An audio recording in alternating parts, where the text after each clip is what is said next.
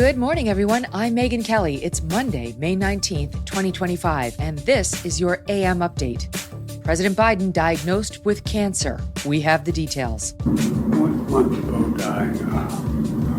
May 30th, 2015. Was it 2015 he died? I think it's 2015. A sympathetic, well-meaning elderly man with a poor memory. The 5-hour audio recording of President Biden's interview with Special Counsel Robert Hur released publicly. A Mexican Navy ship crashes into the Brooklyn Bridge. Investigators search for the cause of the accident. And authorities identify a suspect in the terror attack at a California fertility clinic. I come to you as a brother who desires to be the servant of your faith and your joy. Pope Leo XIV is officially inaugurated as head of the Catholic Church. All that and more coming up in just a moment on your AM update.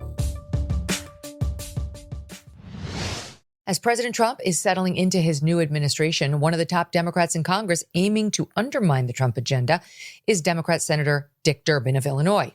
And according to our sponsor, the Electronic Payments Coalition, Senator Durbin has a new plan, a government takeover of your credit card. Today, Americans have thousands of choices in credit cards, but they say Senator Durbin's plan will result in less competition and less security, which means more risk for your credit and your identity. You can learn more for yourself at guardyourcard.org, and you could consider telling your senators to stop Dick Durbin's government takeover of your credit card before it's too late. On Sunday afternoon, the office of former President Joe Biden releasing a statement, quote, "Last week, President Biden was seen for a new finding of a prostate nodule after experiencing increasing urinary symptoms. On Friday, he was diagnosed with prostate cancer, with metastasis to the bone. While this represents a more aggressive form of the disease, the cancer appears to be hormone sensitive, which allows for effective management. The president and his family are reviewing treatment options with his physicians." President Trump responding on Truth Social, quote, "Melania and I are saddened to hear about Joe Biden's recent medical diagnosis. We extend our warmest and best wishes to Jill and the family, and we wish Joe a fast and successful recovery." News of the diagnosis raising questions about whether it is possible for prostate cancer to metastasize into bone cancer so quickly.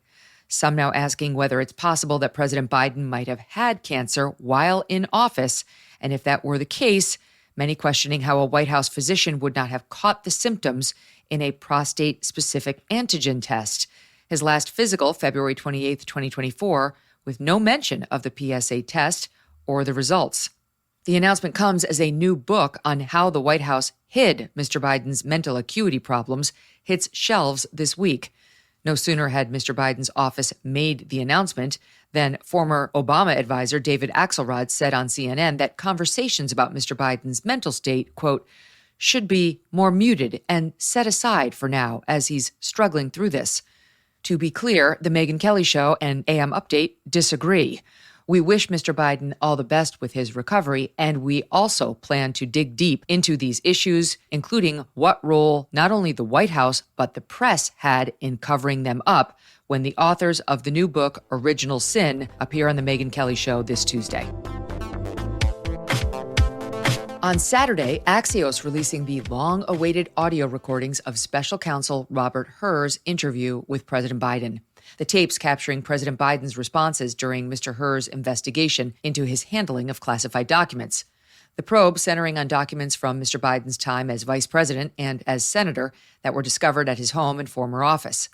The 5-hour interview conducted on October 8th and 9th, 2023, became a key factor in Hur's decision not to pursue criminal charges, citing concerns that a jury might perceive President Biden as, quote, "a sympathetic, well-meaning elderly man with a poor memory."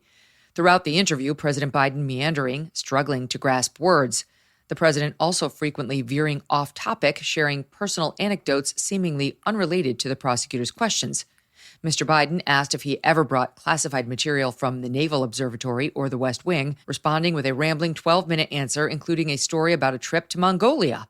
They had a target bales of hay 100 yards away, and these guerrillas were, taking shots. And I don't know if it's to embarrass me or to make a point, but handed the bow and arrow. I'm not a bad archer, but the only problem they were if I could pull it back, so and pure luck, I hit the goddamn target. Special Counsel Hur's report also noting Mr. Biden's struggles in recalling important life events, including the date of his son Beau's death. Here's the audio from that portion of the interview. I don't know. This is what, 2017, 18, that area? Yes, sir. Remember, in this time frame, my son is either been deployed or is dying. Beau Biden passed away from brain cancer in May 2015. More from that moment. What month did Beau die? May 30th, 2018. was it 2015 he died? Maybe 2015. I think it's 2015. I'm not sure the months are, but I think that was. Yeah. That's right, Mr. President. And what's happened in the meantime is that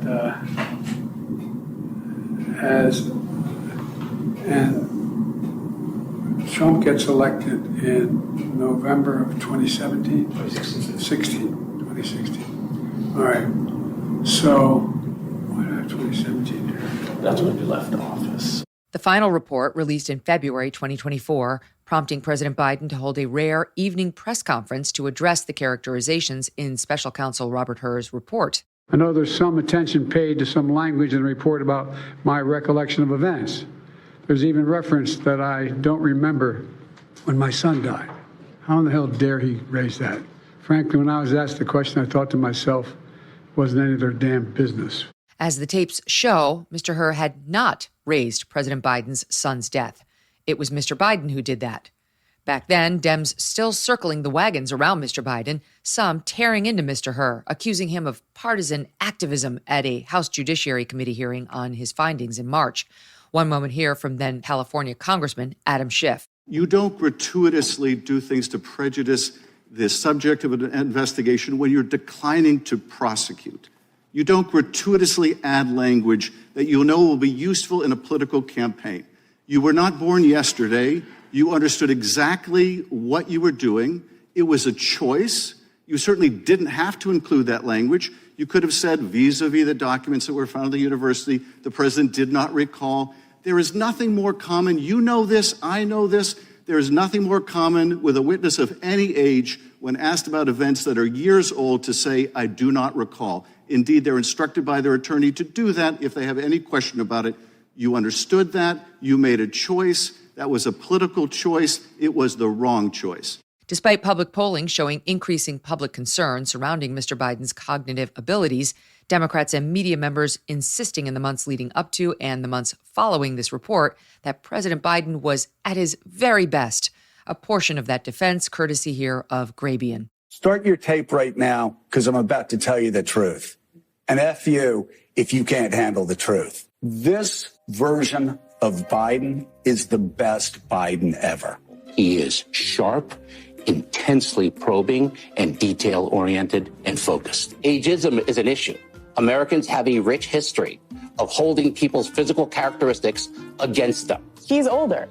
That doesn't mean that he is unfit, and there's a lot of ageism there. The flip side of this coin is that he has a tremendous amount of wisdom and experience. Have you heard any concerns from anyone who has met with President Biden about him seeming a little slower? No. More wild speculation from a bunch of people who have probably never been in a room with Joe Biden and certainly don't have medical degrees that I'm aware of. The tapes obtained by Axios in conjunction with a new book co-authored by Axios reporter Alex Thompson and CNN Jake Tapper, those are the authors of that book, Original Sin. On Saturday evening, a sailing ship belonging to the Mexican Navy smashing into the Brooklyn Bridge in a deadly, horrifying accident. The Cuauhtémoc, a tall ship, the kind you might think of as a classic sailing vessel on a global goodwill tour carrying 277 people when it suffered a mechanical failure and reportedly began drifting backward. The ship's 3 towering masts striking the bridge one by one. 2 crew members were killed, more than 20 others injured. The New York Times reporting 11 are in critical condition. Despite the impact, the heavily trafficked Brooklyn Bridge did not sustain any substantial structural damage, which is a miracle if you look at this crash. New York City Mayor Eric Adams delivering remarks from the scene. The police commissioner and her team immediately responded with FDNY Commissioner Tucker to have a coordinated effort, and we want to thank the Coast Guard and their effort as well. So the coordination was extremely important, and it was executed to the best of our ability to minimize any loss of life. Dramatic video captured by bystanders from every angle showing sailors who had been perched on the rigging dangling from the masts. One witness telling the New York Post a crew member was seen dangling for at least 15 minutes before being rescued. The ship is now docked at a nearby pier in New York Harbor as investigations into the cause of the accident continue. Coming up, the FBI announces a suspect in the deadly car bombing outside of a California fertility clinic. And the first American-born pope is officially inaugurated. Tax day may have passed, but for millions of Americans, the real trouble is just beginning. If you missed the April 15th deadline or still owe back taxes, the IRS is ramping up enforcement, and every day you wait might make things worse. With over 5,000 new tax liens filed daily and tools like property seizures, bank levies, and wage garnishments, you don't want to mess around, okay? The good news is there's still time for Tax Network USA to help. Self-employed or a business owner, even if your books are a mess, they've got it covered. Tax Network USA specializes in cleaning up financial chaos and getting you back on track fast. Even after the deadline, it's not too late to regain control. Your consultation is completely free, and acting now could stop penalties, threatening letters, and surprise levies before they escalate. Call 1-800-958-1000 or visit tnusa.com/Megyn. You may have missed April 15th, but you haven't run out of options. Let Tax Network USA help before the IRS makes the next move. The FBI investigating a deadly car explosion at a fertility clinic in Palm Springs, California, as an intentional act of terrorism. At 10:52 a.m. Saturday, a massive blast rocking the area, damaging buildings several blocks away. The suspect was killed and 4 were injured in the blast. Investigators recovering 2 rifles and ammo from the scene. The suspect, identified by authorities as 25-year-old Guy Edward Bartkus, a resident of 29 Palms, about an hour drive away from the scene of the explosion. According to the Associated Press, the suspect was planning to record or stream the attack. The LA Times reporting on a website containing no names but, quote, appearing connected to the bombing, laying out the case for, quote, a war against pro-lifers. The site includes a section of the website directing users to view the recorded stream of an IVF clinic bombing, though there is no file connected to the prompt. According to the Times, the website, quote, extolled a hodgepodge of philosophies from abolitionist veganism, the opposition to all animal use by humans, and negative utilitarianism, the idea that we should act to minimize suffering rather than maximize pleasure in the world. The AP also reports that writings recovered from Bartkus's home quote him as believing the world should not be populated. On Saturday night, law enforcement swarming a neighborhood in 29 Palms, ABC Eyewitness News reporting tactical units and an armored vehicle on the scene. The target of the attack, the American Reproductive Centers, a fertility clinic and IVF lab, suffering extensive damage. Aerial footage showing the roof partially collapsed, debris extending out into the street. The clinic reporting on social media all staff members are accounted for and no eggs or embryos were damaged in the explosion as they are held in a different facility. My goodness. Assistant Director of the LA Field Office, Akil Davis, telling reporters this is one of the largest bombing investigations in Southern California. The Joint Terrorism Task Force is leading the investigation. Authorities believe this was an isolated incident. Attorney General Pam Bondi, writing on X, quote, we are working to learn more, but let me be clear. The Trump administration understands that women and mothers are the heartbeat of America. Violence against a fertility clinic is unforgivable. Pope Leo XIV, the first American pope ever, officially inaugurated on Sunday as the head of the Catholic Church. Thousands gathering in St. Peter's Square at the Vatican, among them a large U.S. delegation and dignitaries from around the world to witness the installation of the new pontiff, who now leads the world's 1.4 billion Catholics.